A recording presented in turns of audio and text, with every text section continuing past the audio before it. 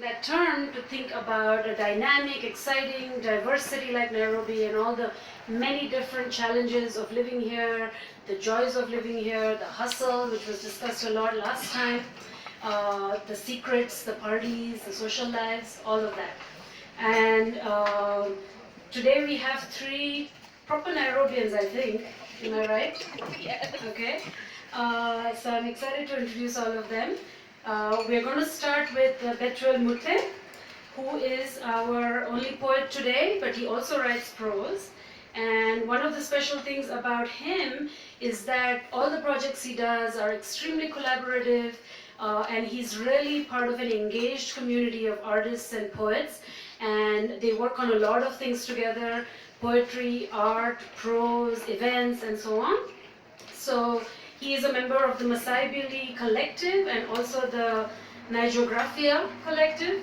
And his poems have been published in the Johannesburg Review of Books, Inkari Review, Jalada magazine, and DRR, which is a magazine also that you've launched, right?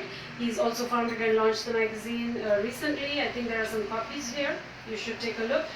He was recognized by the Brittle Paper Award in creative nonfiction and memoir categories, so not in poetry, just goes to show you how versatile he is.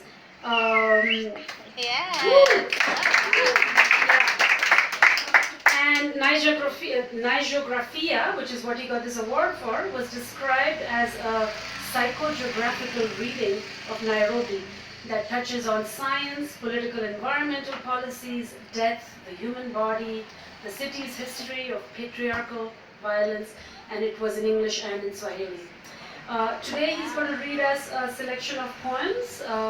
They will be focused on Nairobi, on point, which is the theme here, also music, also loss, also beauty, I believe. Next up, we're going to introduce Ema Tinje.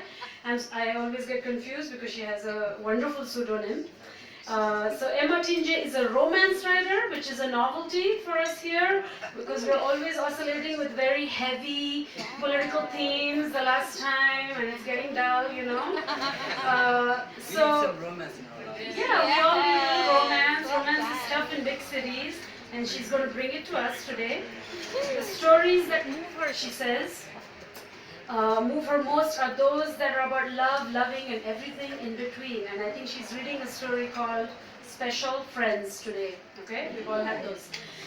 She's fascinated by how human beings connect, and she lives to capture the complexities of relationships. Her debut collection, which is gorgeous and it's for sale here, it's tiny, it's small, you put it in your purse, you read it, and you enjoy it secretly or openly as you wish. They're sometimes racy, sometimes emotionally intense stories, all of them around the notion of intimacy and love. And one of the other things she works on is thinking about relationships among couples who consider themselves modern, but they're still straddling a fairly traditional society. So how do you navigate those worlds? And they present competing choices and other complications. Okay, and Ema Tinje is her pseudonym. You can come talk to her later and find out who she really is. Okay, she's Nairobi's best kept secret, in my opinion. Then we have James Murua, a very confused man today because he's a blogger, he's a journalist, he's a podcaster, he's an editor. He is a tried and tested Nairobian. He has worked for a variety of media outlets, web, TV, print, everything. And we all follow jamesmurua.com for everything that's happening in terms of literary news and reviews. And it's considered the #1 blog on African literature today. Wow. And his blog was also nominated for Best Creative Writing Blog by the 2018 Bloggers Association. And he has conducted a ton of workshops. He wears many different hats. He also hosts a lot of events, and he often records almost everything that's going on. So he has a very solid and rich archive, which is super useful actually for someone like me who's an academic working in literature. And he has contributed to Quartz Africa, Daily Nation, Nairobian, Digify Africa, Joburg Review of Books, and the list is very long. So he is going to apparently run back and forth. He's recording some of the event, and he's also going to participate with two satirical pieces. So we can move forward. We'll start with Bethuel.